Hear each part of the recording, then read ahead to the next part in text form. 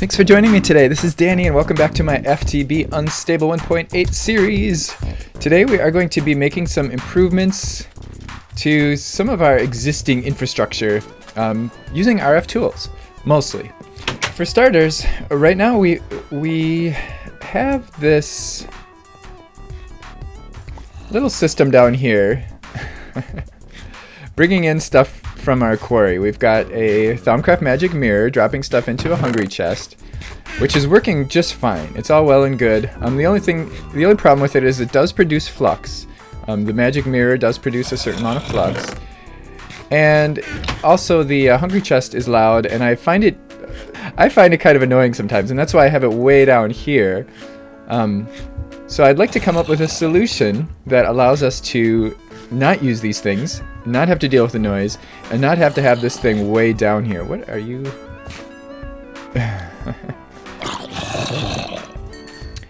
And RFTools is going to help us out with that.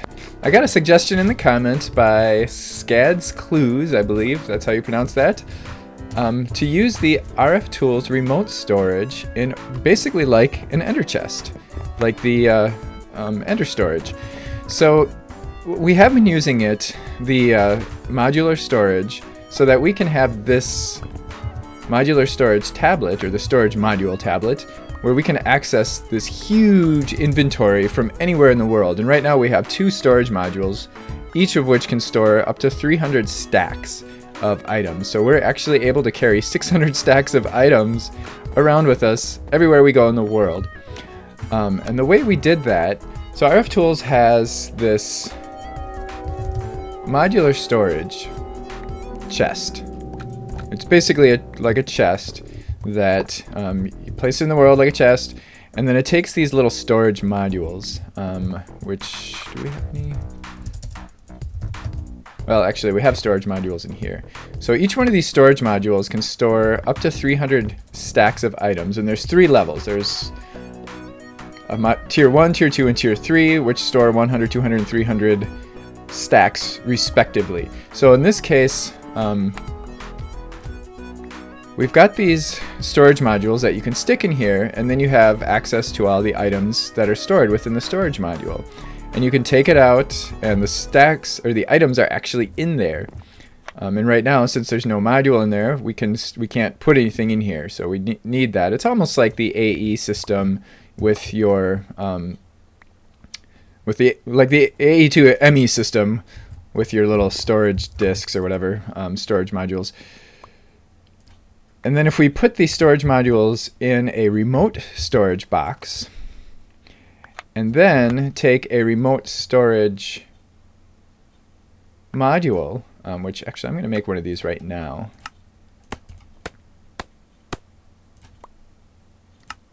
We have everything we need for that. In fact, I'm also, oh boy, we already had a chest. I'm also going to make another storage module, just a tier 1, for what we're going to be working on today. And so basically you put your storage module in here. What happened to that remote storage thing I just made? It seems to have disappeared. Didn't we do this already? I could have swore we did this, right? And I put that in my inventory and somehow it just disappeared. Whatever. Okay, so then we can put that here. And this thing is now linked to that storage module.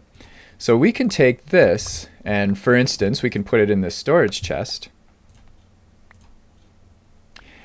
and we will have access to that storage module, this one right here, over here. And that's all well and good, right? But what's really great about it is that we can access it from here as well, because this thing, the storage module tablet, is also linked to this. So, so we can now access the same inventory here that we can access here. Now that's all well and good too. However, that still doesn't get us where we want. But you might be able to guess where we're going to go from here. So now we make another one of these storage modules. We do the same thing. We link it to this. And we can set up another one of these remote storage units somewhere else and access the same inventory. And then guess what we can do? Then we can pipe stuff into this thing from our quarry, and we can pipe stuff out over here. And we need to set this, by the way, to cross-dimensional access. Interdimensional access allows you to access this storage within a certain radius in the same dimension. And the radius, I don't know exactly what the radius is, but it's fairly large. But it's not, it won't get us all the way to our quarry, which I believe is out here somewhere. I probably should have a waypoint for that. But yeah, it won't reach all the way to our quarry. So, but if we do interdimensional or cross-dimensional access, it does consume more power. Hopefully, yeah, we're still keeping up. Doing that will allow us to access this from anywhere. However, this chunk does need to be loaded. Now, I'm using the FTB utilities to keep these chunks loaded. However, I don't think it's working, but let's check. So just we're going to do a little testing on camera here. Head over to our quarry, which would be out of the range, obviously, of this. And if we try to access our... Okay, so it is working now. That's interesting, because I was testing this earlier and it wasn't. But anyway, so we've got this thing piping into this thing. So let's just get rid of that. Let's actually remove that pipe too for now. And we're going to set down this modular storage. We're going to put this in it, and we want to make sure that it's on. Oh, okay, so now we just lost access. So I guess that chunk must not be loaded. Oh, wait a minute. That's interesting. We can access it from... Okay.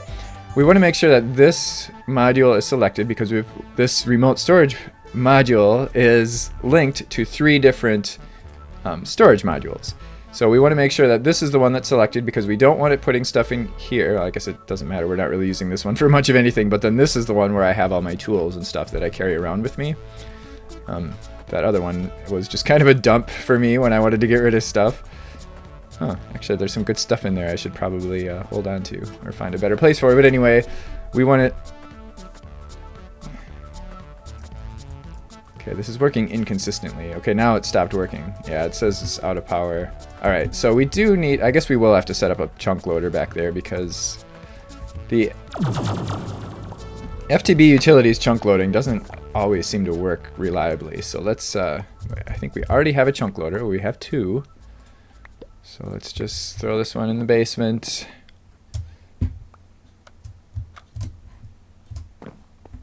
Actually, let's throw this... because we want...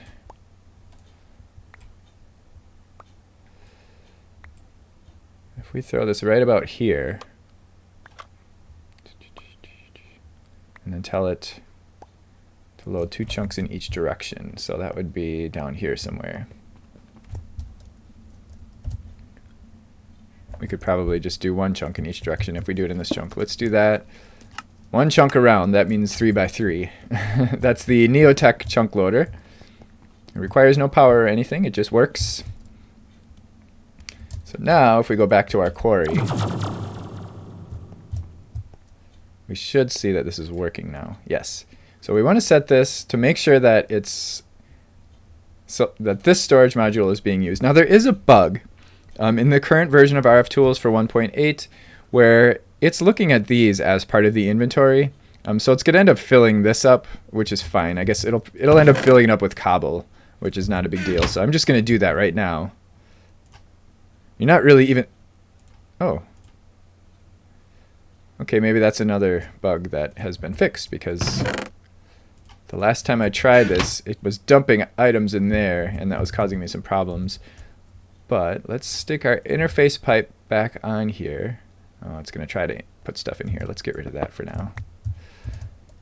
Put the interface pipe on here, and we should see stuff coming in. Hooray! Yeah, see, it did put a stack of cobble there. I can't put cobble in there, but the pipe can. So, all right, so now we're dumping stuff into this modular storage, and it only has 100, so we need to hurry up. On the other end,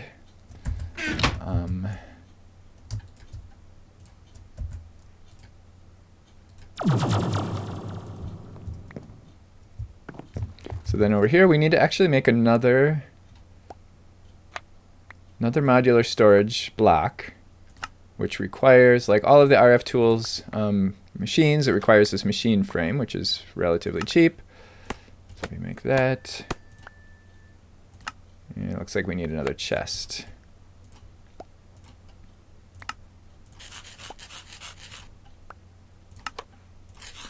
There we go.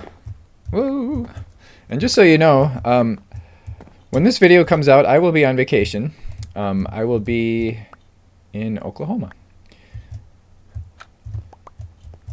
And I'm actually putting this video out kind of quickly before I leave. So I do apologize if the quality of the editing for this isn't quite as good as what I usually do. What do we have here? This is just...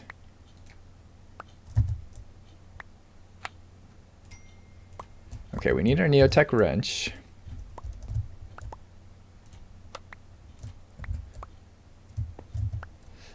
Okay, so this guy is pulling. We've got a motherboard that has 8 hard drives, 2 processors. That's probably good enough. And then we have an expansion. Why do we have an expansion on this one? All right, it's probably not entirely necessary, but that's fine. So we're going to put a modular storage here. Oh, yes. So we're going to put our modular storage block here. Now, there is a bit of a bug right now, again, in the I believe this is just in the 1.8 version, where the pipes are going to pull out, like if we put this, for example, if we put this remote storage in here, here's all our stuff, hooray, and we can set up our wrench, we can set up our pipe to pull stuff out of here, and it will start to pull stuff out, but it also pulls out our storage module. I'm assuming that's a bug. I don't think it's supposed to do that, but there is a workaround for that, and that is just to blacklist it. So we can, it ended up in here, most likely. There it is. Hey, we have 2 of them in here. Oh, that's the one we made before. Oops. Okay. So actually what I'm going to do 2 things. First off, I'm going to disable this for the time being. Just to make sure that we have the correct module selected. Yep, this is pulling stuff from our Quarry. And then what I want to do is blacklist this. So that way it will not pull that out. So now we can put that back in there. And we see all our stuff coming in from the Quarry. And then we can tell this guy to output. Input. That's right. They're backwards than the way I usually think of it. It's inputting into the pipes. Hooray, so now we're pulling stuff out. And it's putting it into our system here. But I don't know if this particular motherboard is going to be fast enough, so why don't we go down here? Because now we're no longer using this.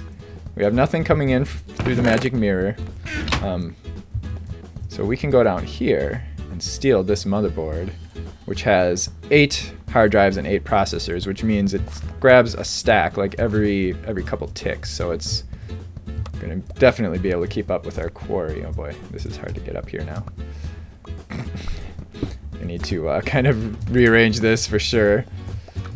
All right, so let's see. Oh, no, you know what? It is keeping up fine, but let's do it anyway. So we're going to take this motherboard out and put this motherboard in. So that's going to make it really crazy fast. There. So now we have stuff coming in from our Quarry. We don't have to run down there anymore if we want to like play around with it or whatever. And we're not producing flux anymore.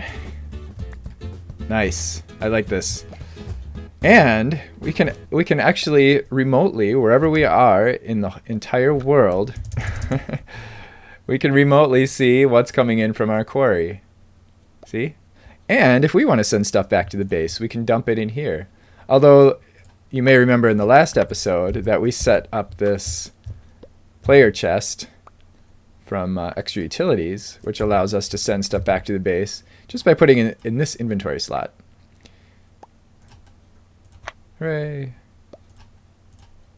Actually, I didn't really want to send that. Well, whatever. Okay. So that's that. That was actually quite easy. Although I did have to do some testing to kind of figure out how to get this to work efficiently because, you know, like I said, I had this problem where it was pulling this remote storage out. And then I also had the chunk loading problem, which took me a little while to figure out why that wasn't working. Now the next thing I want to do is set up a screen that will allow us to keep an eye on what's going on at the quarry and maybe even some stuff at our base. Because our quarry is being powered from oil. Basically, we've got oil being refined out there at the quarry site, and it's being transferred out there using ender tanks. And it's this same ender tank, white. So I've got this ender tank down here just so that we can kind of keep an eye on it. And if we start to see that this tank is no longer full, we know that we've run out of oil where the oil is being pumped. But of course we don't want to have to run down there and look at it all the time, right? So I'm going to make a screen from RFTools. We're going to need a machine base. It's this guy. And then a screen. So the screen, we can set this someplace highly visible where we will look at it, maybe right there. Sure, that kind of works. And this guy takes a bunch of modules. However, the screen itself will not work until we create a screen controller because the screen requires RF. However, there's no way to hook up RF to it. So you have to create a screen controller. Let's just do this guy. So we need another machine frame.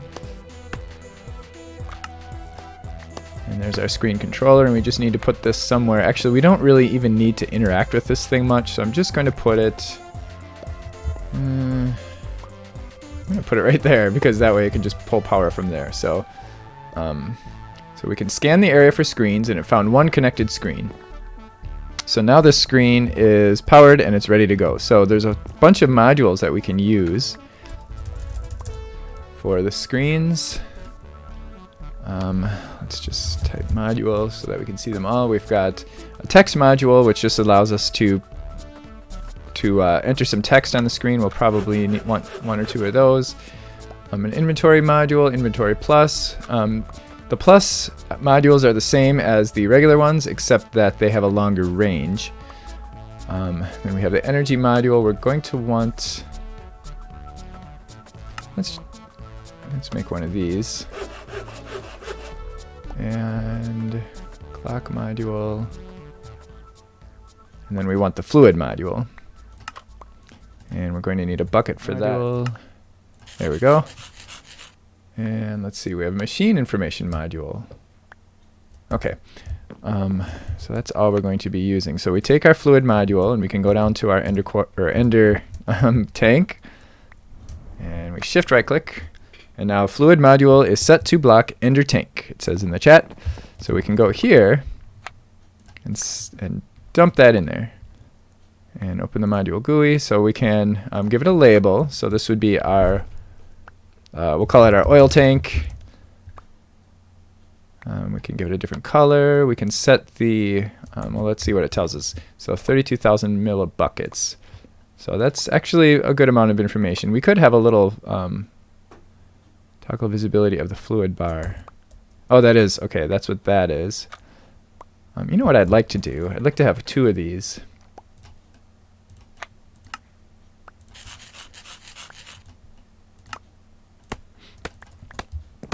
We can actually use two of these on the same piece of equipment. Whoops. And we could have one of them not show us the bar, but maybe show us... no, we don't care about that. Show the amount of millibuckets as a percentage. We could do that. It's 100% full. And then for this one... we don't have to give it a label. We can have it give us a bar. Wait a minute, did I? Why is it saying invalid? We did click on the ender tank, right? I seem to remember doing that. Okay, set to ender tank.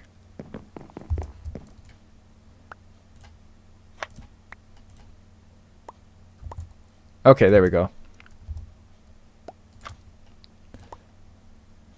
So in this case, we could have it not show us anything. There. So we have oil tank 100%, and then that's showing us the amount. Actually, maybe that should show. Whoops. We'll have this show percent, and we'll have this show amount of millibuckets. There. Oil tank 3,200 millibuckets, 100% full. Nice. And I wonder.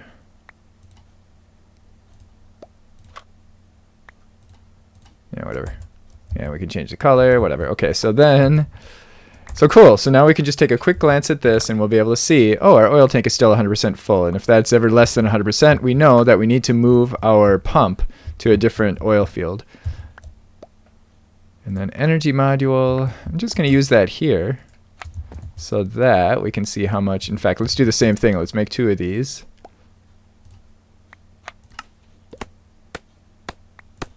For the same energy module. And I'm actually going to skip one and then put these here so that we have a little bit of space in between. Oh, it's not giving us space. Okay, so we'll use the text one in the middle to add to give us space. And we could type something in there too, and we can change the size or whatever. We'll just keep it like that.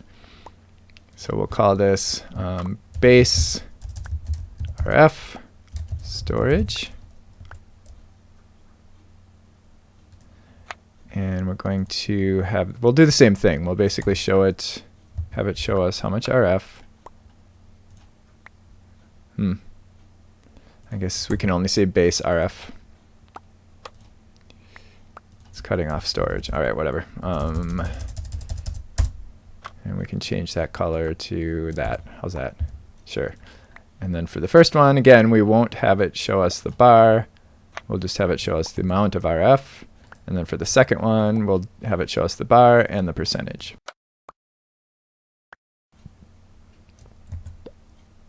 Hooray! And then to make it maybe a little easier to read, instead of doing the full format, we could have a compact, which will say 4.1 mega RF. And we could actually do the same thing up here. We have a compact, which would be 32, which would show us 32 buckets. Kill a millibucket? That's kind of weird. Oh, look at that. It's a good thing we did this, because it looks like our oil tank is actually just now. You know what, for the RF, why don't we do the commas? I kind of like that for RF. We could have it just show us what time it is using the clock module, which we of course need to make a clock for.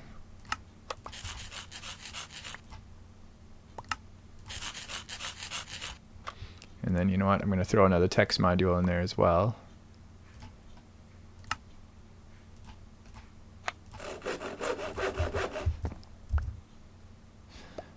You know what else I'd like to do? I'd like to do an inventory module.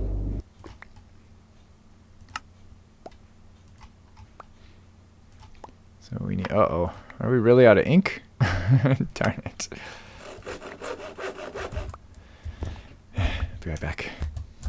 Okay, we've got our inventory module, and then what I want to do with this guy is I just want to set it to this. That way we can see, I think we should be able to tell if there's stuff coming in from the quarry. So let's just put that here. We'll put another 0, 1, 2, 3. There we go. Oh, that's a bummer. It's showing us the module as the inventory. Oh. Let me see if I can fix that. Okay. It looks like we're not going to be able to monitor that inventory, but that's fine. So now we have a quick way to see how full our oil tank is and how how our RF is doing here in the base, because it's just looking at our one storage thing. I guess I'll just put that away. So we're now seeing two things here. Well, okay, first of all, if we hover over this, we can see that it's consuming 17 RF per tick, and that is based on the modules that we have in here. So each module requires a certain amount of RF per tick. The clock is just 1. Each of the fluid modules are 4, so we're kind of doubling our RF usage by using 2 of each of these. But I think I'm okay with that. But as we can see, we're now seeing two things. We're seeing that our oil tank is running out, and we're seeing that we're not keeping up with our base RF now, and that's probably because of the screen. So it's a good and a bad thing. The screen is telling us, hey, you need more RF at home. But the reason we need more RF at home is because of the screen. I also put the clock up there so we can see what time of day it is. I'm a little embarrassed to say I lost my oil pump.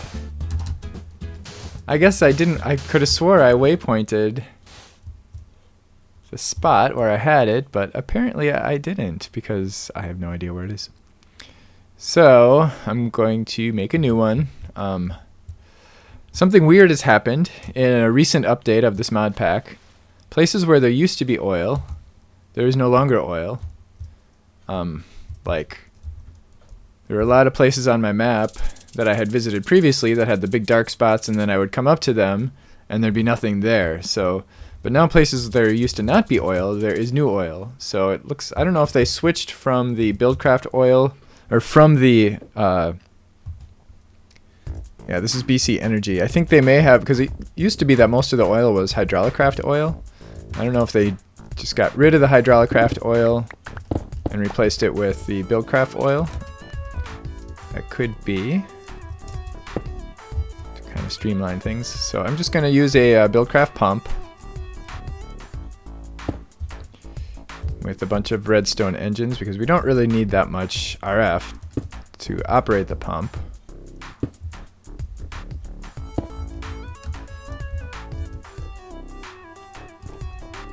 Oops.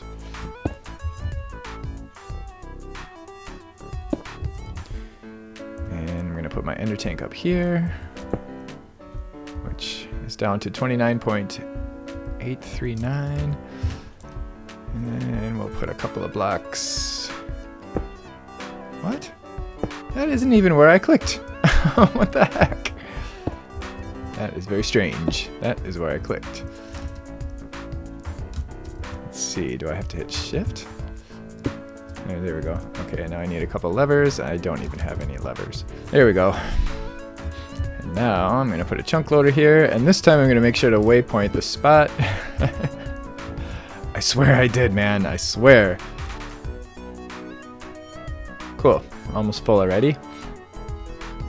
And actually, let's take a look at our map. See where our chunk. We're right out of chunk boundary here, so I guess we will have to load all of these chunks around us, which is fine. Cool. Alright, oil tank is once again full. Hooray! And we have a net gain of RF right now, so I guess we're doing okay.